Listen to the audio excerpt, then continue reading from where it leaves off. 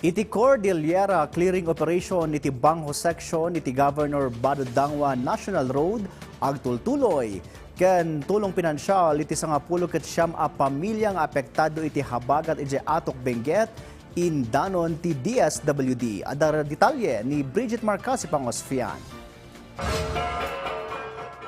Nupay nawaknitan dagiti bato ken dagaan ng sera iti Governor Bado Dangwa National Road, partikular iti Bangho Section iti Daklan Tublay Benguet, agtaltalinaed a nakasera ti kalsada.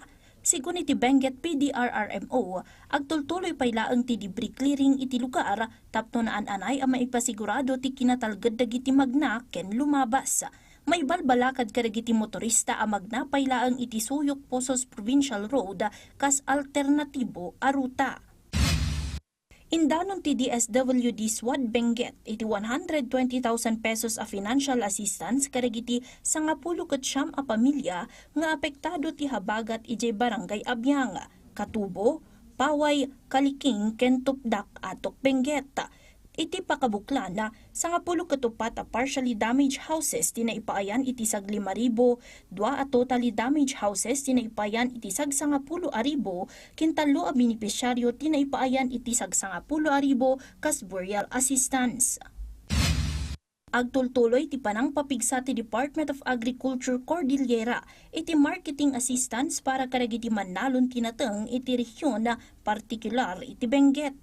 Manipod August 1, naadaan iti 15 a kadiwa ng Pangulo iti nagduduma a lugar iti rehiyon. Nailako kadagiti kadiwa tinasrok 12,000 a kilo tinagduduma a produkto manipod kadagiti 37 a farmer cooperatives ken associations.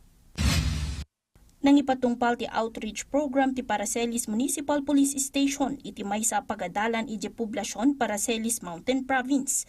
Kang runaan na benepisyaryo iti daytoy dagiti kindergarten a nakaawat iti school supplies ken slippers kas suporta iti binigat a pagkasapulan da iti pannagadalda. Malaksid iti dayta nang ipaaydamet lang iti libre serbisyo kas iti pukis ken feeding. Bridget Marcasi Pangosfian para iti Pagilian.